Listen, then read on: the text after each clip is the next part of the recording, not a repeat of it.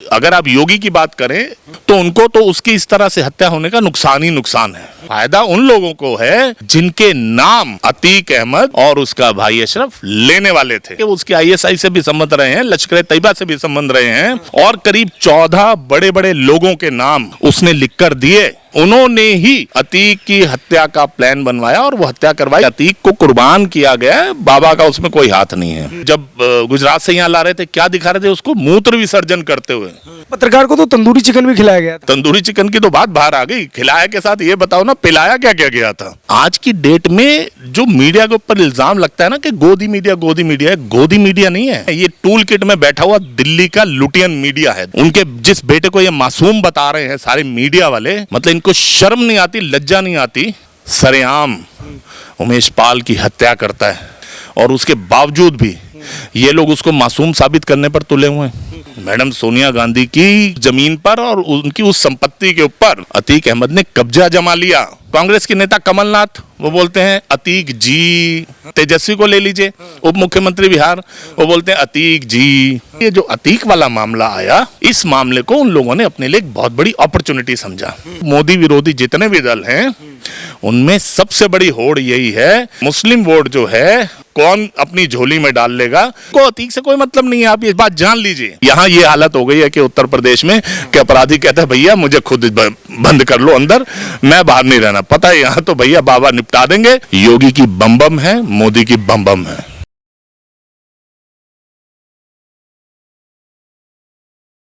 नमस्कार, मैं प्रभात रंजन मिश्रा, आप देख रहे हैं ओ न्यूज हिंदी। दो अपराधी अतीक और अशरफ जो डॉन ब्रदर्स के नाम से भी मशहूर थे, उनकी हत्या हो जाती है और उनकी हत्या के बाद लगातार कानून व्यवस्था पर प्रश्न उठाने शुरू हो जाते हैं।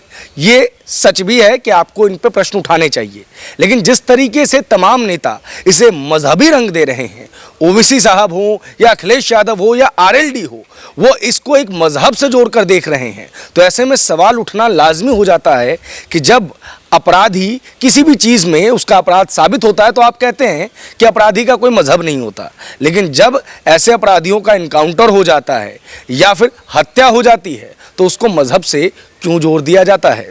इस विषय पर विशेष चर्चा के लिए मेरे साथ मौजूद है वरिष्ठ पत्रकार दुष्यंत जी। दुष्यंत जी, पहला प्रश्न मेरा बहुत सिंपल रहेगा।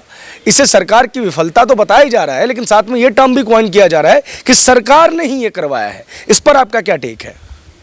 देखिए, जहां तक सरकार की विफलता का सवाल है तो इसमें कोई शक नहीं है कि थोड़ा बहुत कुछ ना कुछ तो ऐसा विफलता उनकी सरकार की मानी जाएगी कि सुरक्षा घेरे के बावजूद भी कुछ लोग बाहर से आते हैं और एक अपराधी जो कि पुलिस संरक्षण में है उसकी हत्या कर दी जाती है।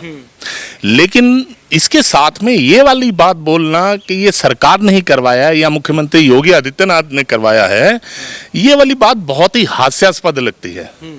क्योंकि जो बोलने वाले या इस तरह का जो इल्जाम लगाने वाले हैं वो लोग शायद ये भूल जाते हैं कि भाई योगी आदित्यनाथ को, उस व्यक्ति को जो कि ऑलरेडी कस्टडी में है, वो व्यक्ति जो कि अपने बेटे के एनकाउंटर के बाद टूट चुका है, वो व्यक्ति जो कि अप्रूवर बनने को तैयार हो चुका है, सरकार को सब कुछ बताने को तैयार हो गया है, वो व्यक्ति जो कि आईएसआई और लश्कर तैयबा के साथ अपने संबंधों की बात कर रहा है, उसको सरकार अपने संरक्षण में या अपनी प्राथमिकता पर क्यों मारेगी या मरवाने का इंतजाम करेगी? ये तो सरासर गलत इल्जाम है और जो कहने वाले हैं उनके अपने तथ्य ही बहुत खोखले हैं। उनका असली मकसद ये है कि किसी तरह से इसकी मौत को, जैसे वो लाशों के सौदागर गिद्धों की तरह, गिद्ध जैसे झपटते हैं ना लाशों पे, तो ये लाशों की सौदागर हैं ये लोग। ये उसकी मौत का जो एक राजनीतिक फायदा उठाना चाहते हैं, उसको अगर आप जोड़कर देखें कि जिस तरह से शहाबुद्दीन की मौत हुई थी बिहार के अंदर, तो फटाफट भागे भागे वो वैसी गए, एकदम उस सारी चीज को कैपिटलाइज किया। अगला ही चुनाव था, 5 सीटें ले मरे, 5 सीटें आ गई। वो भली बाद में आरजेडी में चले गए, लेकिन ओवैसी ने बिहार में बढ़िया खाता खोला। अब आज की डेट में जो पूरे देश में माहौल है, उस माहौल में जितने भी विपक्षी पार्टियां हैं, मोदी विरोधी जितने भी दल हैं, उनमें सबसे बड़ी होड़ यही है कि मुसलमानों के वोट, मुस्लिम वोट जो है वो कितने, कौन अपनी झोली में डाल लेगा, उस चीज का कंपटीशन चल रहा है। उसी कंपटीशन के चलते ये जो अतीक वाला मामला आया, इस मामले को उन लोगों ने अपने लिए एक बहुत बड़ी अपॉर्चुनिटी समझा। उसी अपॉर्चुनिटी में सबने कहा चलो बहती गंगा में हम भी हाथ धो लेते हैं, वो मर तो गया ही है, चलो मोदी योगी के ऊपर इल्जाम लगा दो कि सरकार ने मरवाया। लेकिन सरकार क्यों मरवाएगी भाई? आप फायदा देख लीजिए, किसको क्या फायदा है और किसको क्या नुकसान है।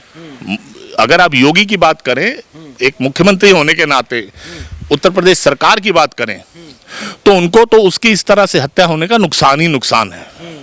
फायदा किनको है? फायदा उन लोगों को है जिनके नाम अतीक अहमद और उसका भाई अशरफ लेने वाले थे। जब वो लोग ये कह रहे हैं कि योगी आदित्यनाथ को इस्तीफा दे देना चाहिए, उनसे शहर समझ नहीं रहा, राज्य समझ नहीं रहा, मोदी जी पे भी सवाल उठाए जा रहे हैं कि जिस राज्य से आप सांसद हैं वहां ये सब हो रहा है। एक अपराधी के लिए अचानक से इतनी हमदर्दी, पुलिस प्रोटेक्शन में पालघर के साधु भी मारे गए थे। देखिए जी, वो इस्तीफा मांगना तो उनकी मजबूरी है, वो इस्तीफा नहीं मांगेंगे तो न्यूज में कैसे आएंगे, या मुस्लिम जो आबादी है उसको जस्टिफिकेशन कैसे देंगे?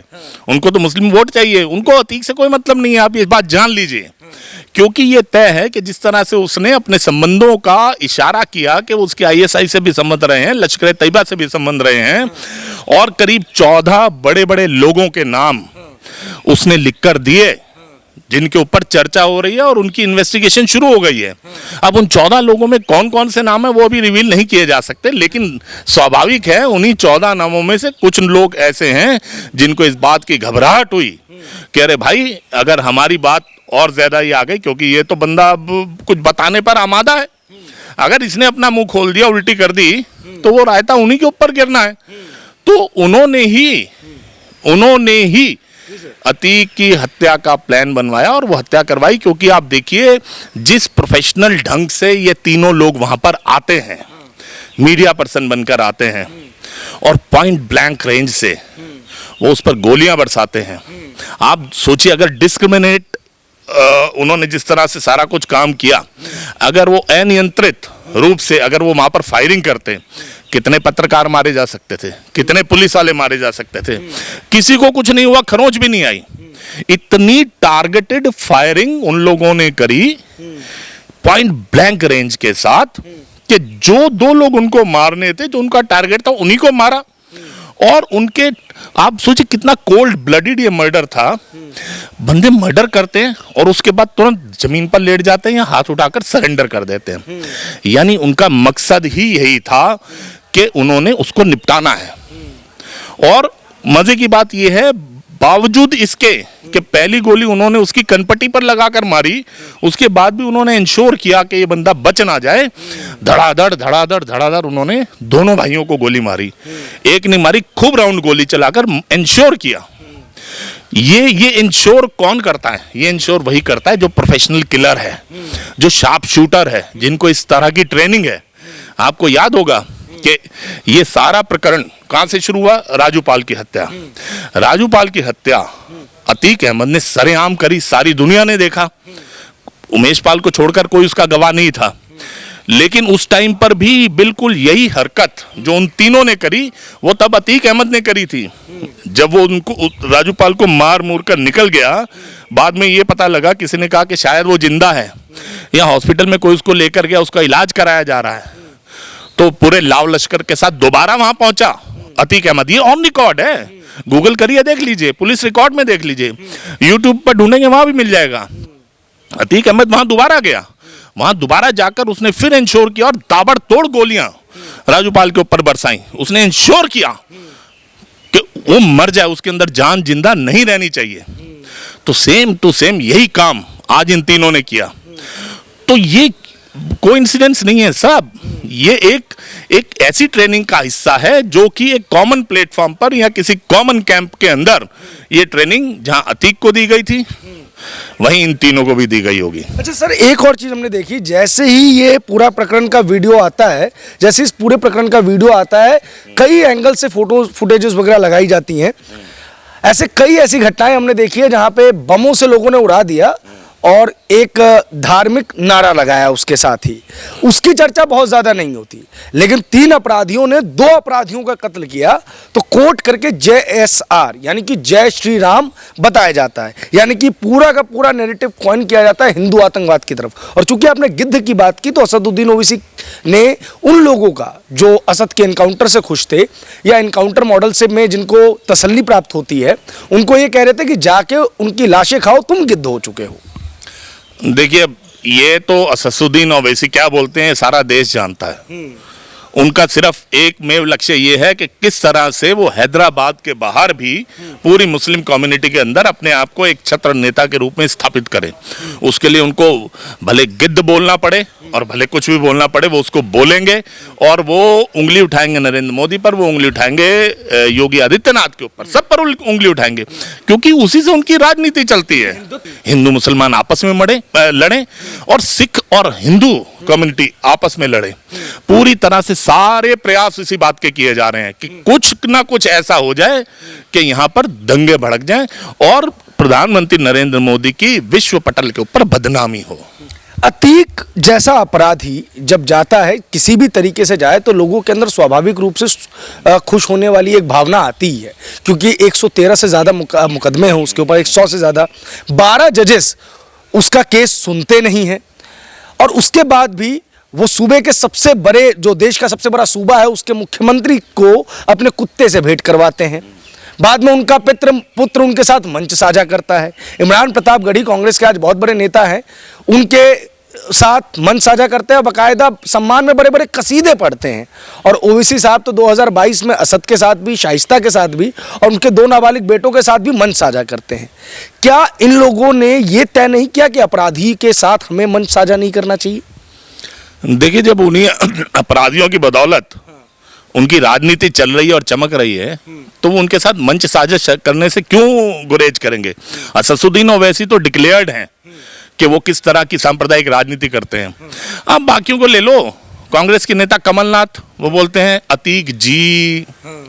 आप यशस्वी को, अपना तेजस्वी को ले लीजिए, उप मुख्यमंत्री बिहार, वो बोलते हैं अतीक जी। और जितने भी चैनल हैं, बड़ी हैरानी होती है, चैनल का सीनियर से सीनियर जर्नलिस्ट आतंक का, मतलब आतंक की मैं बात कर रहा हूं, ये क्या डर का कारण क्या है? वो कहेंगे वो आए थे, अतीक आए थे, अतीक गए थे, उनको ले जाया गया, उनको ये किया गया। और ये जब गुजरात से यहाँ ला रहे थे, क्या दिखा रहे थे उसको? मूत्र विसर्जन करते हुए हैं। मतलब एक हद होती है ना किसी तरह की, कि आप किसी की कितनी चमचागिरी करेंगे, कितना ये डर के मारे करेंगे, या पैसे की वजह से कर रहे हैं, या कोई और कारण है। एक पत्रकार को तो तंदूरी चिकन भी खिलाया गया था। अरे बड़े पत्रकार चिकन और पता नहीं क्या क्या खिलाया गया भाई। तंदूरी चिकन की तो बात बाहर आ गई, खिलाया के साथ ये बताओ ना, पिलाया क्या क्या गया था, और पिलाया के साथ साथ सामने दिखाया क्या गया था, उसकी भी तो चर्चा होनी चाहिए। लेकिन उसकी चर्चा कोई करेगा नहीं। आज की डेट में जो मीडिया के ऊपर इल्जाम लगता है ना कि गोदी मीडिया, गोदी मीडिया नहीं है। मोदी जी या की गोदी में बैठे हुए लोग नहीं है, ये टूल किट में बैठा हुआ दिल्ली का लुटियन मीडिया है, दलाल हैं ये लोग। जिस तरह से ये लाशों का कारोबार कर रहे हैं और जिस तरह से ये उनका महिमा मंडन कर रहे हैं अपराधियों का, आप सोचिए ना, एक अपराधी, उसकी हत्या हो जाती है, उसके ऊपर इतना बवाल काटे हुए ये लोग।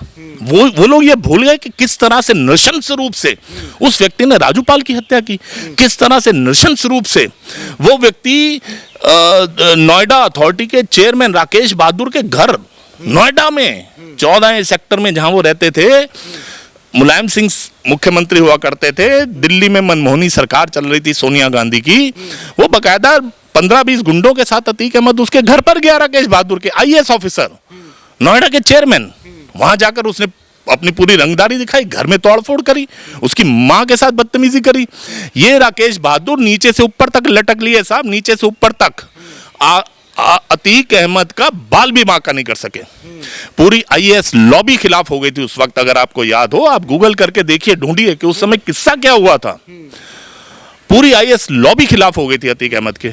लेकिन मुलायम सिंह ने कहा ना, कुछ नहीं करेंगे अतीक के खिलाफ। वही राकेश बहादुर बाद में गृह सचिव भी बने, मुख्यमंत्री के अपर मेन वाले सचिव भी बने, उसके बावजूद भी आज तक भी वो इतनी हिम्मत नहीं जुटा पाए कि अतीक के खिलाफ एक एफआईआर भी करवा सके। और बाकियों की तो बात छोड़ो, जो सर्वे सर्वा यूपीए सरकार की जो सर्वे सर्वा थी मैडम सोनिया गांधी जी, मैडम सोनिया गांधी की खास रिश्तेदार, जो इलाहाबाद में पैलेस के नाम से उनका एक सिनेमा हॉल था, उसके साथ में एक बहुत ही प्रीशियस लैंड था, एक बहुत बेशकीमती जमीन का टुकड़ा था। उस जमीन पर और उनकी उस संपत्ति के ऊपर अतीक अहमद ने कब्जा जमा लिया। उन्होंने पहले प्रदेश में खूब भागदौड़ कर ली। जब भागदौड़ से बात, उस प्रदेश की भागदौड़ से बात नहीं चली, किसी अधिकारी ने बात नहीं सुनी, मुलायम सिंह ने बात नहीं सुनी, तब उन्होंने अपील करी सोनिया गांधी को। सोनिया गांधी ने बात की मनमोहन सिंह को आदेश दिया कि अरे भाई कुछ भी करो, अतीक अहमद को यहां से निकालो, क्योंकि वो परिवार का मामला था। तब बड़ी मशक्कत करने के बाद मुलायम सिंह राजी हुए। उन्होंने अतीक को अपने घर बुलाया, निवेदन किया, रिक्वेस्ट करी कि भैया ये मामला थोड़ा नेशनल पॉलिटिक्स का है यार, 7 गढ़ तो डायन भी छोड़ देती है, भाई उसको छोड़ दो, उसकी जमीन छोड़ दो। तब कहीं जाके अतीक ने उस जगह से अपना ताला हटाकर वो चाबी वापस सोनिया गांधी के रिश्तेदार को वापस सौंपी। और उसके बावजूद भी आपको जानकारी होगी कि वो वहां पर, ये नहीं कि आज तक वो परिवार वहां पर बना हुआ है, इधर उनको जगह का अपना वापस कब्जा मिला। 2 महीने के अंदर अंदर उन्होंने अपनी उस जगह को औने पौने दामों में बेचा और इलाहाबाद ही नहीं पूरा यूपी छोड़कर बंबई जाके सेट हो गए। ये उनके आतंक का हाल है। उनके जिस बेटे को ये मासूम बता रहे हैं सारे मीडिया वाले, मतलब इनको शर्म नहीं आती, लज्जा नहीं आती। मासूम बच्चा, राजनीतिक लोग तो अपनी प्रेफरेंस के चलते कुछ बोलते हैं, मीडिया वाले भी मासूम बच्चा। वो मासूम बच्चा किस तरह से अपने आप को डॉन एस्टेब्लिश करने के लिए कि देखो नया डॉन आया है, सरेआम उमेश पाल की हत्या करता है। सारी दुनिया ने टीवी के ऊपर देखा, अदालतों ने देखा, और उसके बावजूद भी ये लोग उसको मासूम साबित करने पर तुले हुए हैं। सर, मैं एक सवाल आपसे और लेना चाहूंगा, ऐसा क्या मजबूरी रही कि ये जो अपराधी है, इनको इतने बड़े बड़े दलों ने अपराधी से माननीय बना दिया, और जब ये माननीय अब मर लिए तो इनके लिए रोने के लिए भी सामने आ गए? देखिए, ये सब सिर्फ और सिर्फ वोट की राजनीति है और कुछ नहीं है। अपने वोट बैंक को इंटैक्ट करने के लिए, जब पहले कोई एक जमाना होता था जिस समय नेता गुंडों की या माफिया की हेल्प लिया करता था वोट कैप्चर करने में, बूथ कैप्चर करने में, लोग 90 से भी पहले की मैं बात बता रहा हूँ, ये उस जमाने की बात बता रहा हूँ जब बंबई में हाजी मस्तान हुआ करते थे, गुजरात में अलग वो खलील नाम का कुछ एक गुंडा हुआ करता था, बिहार में कुछ अलग राज चला करता था। तो ये वो जमाना था जब इन माफिया और इन लोगों से हेल्प लिया करते थे। तो पहले जो राजनीति का अपराधीकरण हुआ था उन नेताओं की अपनी जरूरत के चलते, ये लोग इतने शक्तिशाली हो गए over the period of time कि अपराधीकरण का राजनीतिकरण हो गया, अपराधियों का राजनीतिकरण हो गया। तो जब अपराधी राजनीति में आ गए तो वो खुद माननीय बन गए। अब उनको रोकने की कुव्वत तो किसी ना किसी नेता में होनी चाहिए ना। आज ऊपर टॉप के ऊपर जो नेता बैठे हुए हैं दोनों जगह पर, उत्तर प्रदेश में योगी जी और केंद्र में मोदी जी, वो एक ऐसे ईमानदार हैं जिनको सबसे पहले अपने प्रदेश की प्रगति देखनी है, अपने देश की प्रगति देखनी है। तो इसीलिए वही यूपी पुलिस जो कि उनके कुत्ते घुमाया करती थी, आजम खान की भैंस ढूंढा करती थी, वही आज इनको पूरी तरह से लताड़ रही है और उनको थानों में बंद कर रही है, जेल में बंद कर रही है। और यहाँ ये हालत हो गई है कि उत्तर प्रदेश में कि अपराधी कहते हैं भैया मुझे खुद बंद कर लो अंदर, मैं बाहर नहीं रहना, पता है यहाँ तो भैया बाबा निपटा देंगे, यहाँ फिर प्रदेश छोड़कर चले जाओ। यूपी में बाबा ने कहा कि हम क्राइम फ्री मॉडल की तरफ जाएंगे, 0% टॉलरेंस की तरफ जाएंगे, जो शायद लोगों को पसंद भी आया। और उत्तराखंड अलग होने के बाद योगी आदित्यनाथ दोबारा सीएम बनने वाले पहले व्यक्ति बने। क्या यूपी सरकार की छवि को डेंट करने के लिए कि जो अपराध मुक्त मॉडल है उसको हटाओ, हम दिखाएंगे कि देखो कितना अपराध है, ये सारा का सारा प्रपंच रचा गया और इसमें अतीक को कुर्बान कर दिया गया? देखिए जी, कह सकते हैं अतीक को तो कुर्बान किया ही गया है। ये तो मैं अपने पहले भी अभी मैंने वक्तव्य दिया कि अतीक को कुर्बान किया गया है, बाबा का उसमें कोई हाथ नहीं है। अतीक को उन लोगों ने कुर्बान किया जिनको उनकी मौत से खतरा था कि वो उनका नाम ना ले दे, ठीक है, तो कुर्बान तो उसको किया ही गया है। और रही बात कि भाई बाबा को बदनाम कर देंगे या बाबा का मॉडल नीचे आ जाएगा या भाजपा की सरकार गिर जाएगी, बाबा की सरकार गिर जाएगी, तो ऐसा कुछ होने वाला है नहीं। क्योंकि आम जनता, जनता जनार्दन कहते हैं ना हिंदुस्तान में, कि अल्टीमेटली तो जनता जनार्दन है, प्रजातंत्र है। तो ये जो लोग बैलेट की लड़ाई नहीं लड़ पा रहे, ये बुलेट की लड़ाई लड़के मोदी और योगी को हटाना चाह रहे हैं। बैलेट की लड़ाई में जनता ही जनार्दन है, और जब जब मौका आएगा, भले वो 2024 का लोकसभा चुनाव हो, भले वो 2027 में आने वाला विधानसभा का चुनाव हो, योगी की बम बम है, मोदी की बम बम है। आज ये लोकतांत्रिक देश के लोग जो कानून मानते हैं, वो अगर इनकाउंटर से खुश हो रहे हैं, तो इसके पीछे भी तो एक बहुत बड़ा कुछ ना कुछ कारण होगा, जिसकी चर्चा कोई नहीं कर रहा। क्या कारण है कि पब्लिक बाबा के इस मॉडल से प्रसन्न हो जा रही है? कारण यही है कि पिसती भी तो जनता है, पीसी भी तो जनता है। 40 साल हो गए साहब, एक आदमी का इतना आतंक है कि 12-12 जज उसका मुकदमा सुनने से मना कर देते हैं। प्रयागराज तो विशेष रूप से, और पूरे यूपी में जहां उसकी नजर पड़ जाती है, वो जमीन, वो घर, वो दुकान, वो मकान, वो फैक्ट्री उसकी हो जाती है। तो वो जनता जिसने वो जो सहा है, जो झेला है, ये जो यहाँ पर नोएडा के चैनल्स के अंदर बैठे हुए, स्टूडियो में बैठे हुए एसी कमरों में, इन्होंने वो आतंक के दिन नहीं देखे ना साहब, वो यूपी की जनता ने देखे हैं। उन्होंने इन लोगों का आतंक देखा है। यहाँ गाजियाबाद से लेकर गाजीपुर तक, कहीं आजम खान है, कहीं मुख्तार है, कहीं अतीक है। झेलता कौन था? जनता झेलती थी। तो आज वो जनता को जब पता लग रहा है कि भैया भगवान कोई ऊपर सुपर पावर है, जिसने यहाँ पे किसी देवदूत को भेजा कि बेटा निपटाओ, बहुत हो गया जनता के ऊपर जुल्म, तो वो जब जुल्म का अंत हो रहा है तो जनता खुश हो रही है भाई। इसमें प्रजातंत्र वाली तो कोई बात ही नहीं है। प्रजातांत्रिक तो वो पहले भी थी, प्रजातांत्रिक अब भी है। लेकिन जब पाप का घड़ा भर गया, जब जनता ने देखा कि अब नहीं सहा जाएगा, तो वो 2017 में पहले योगी जी को लेकर आए।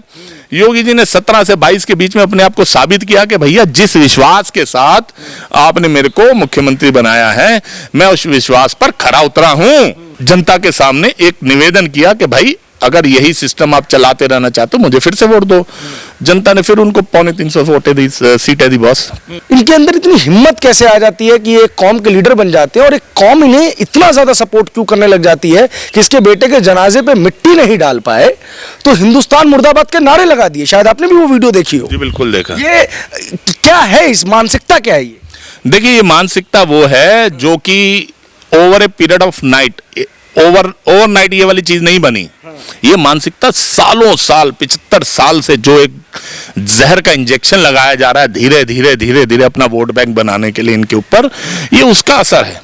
ये उस पढ़ाई का असर है जो गलत पढ़ाई, एक सांप्रदायिक पढ़ाई इस कम्युनिटी को मदरसों में पढ़ाई जा रही है। ये उस जहर का असर है जो जहर मस्जिदों में शुक्रवार की नमाज के बाद जब तकरीर होती है मौलवियों की, वो जो मौलवी तकरीर करते हैं और जिस टाइम पर उनके अंदर एक जोश भरने की कोशिश करते हैं, जहर भरने की कोशिश करते हैं, ये वो जहर है जो असर दिखा रहा है।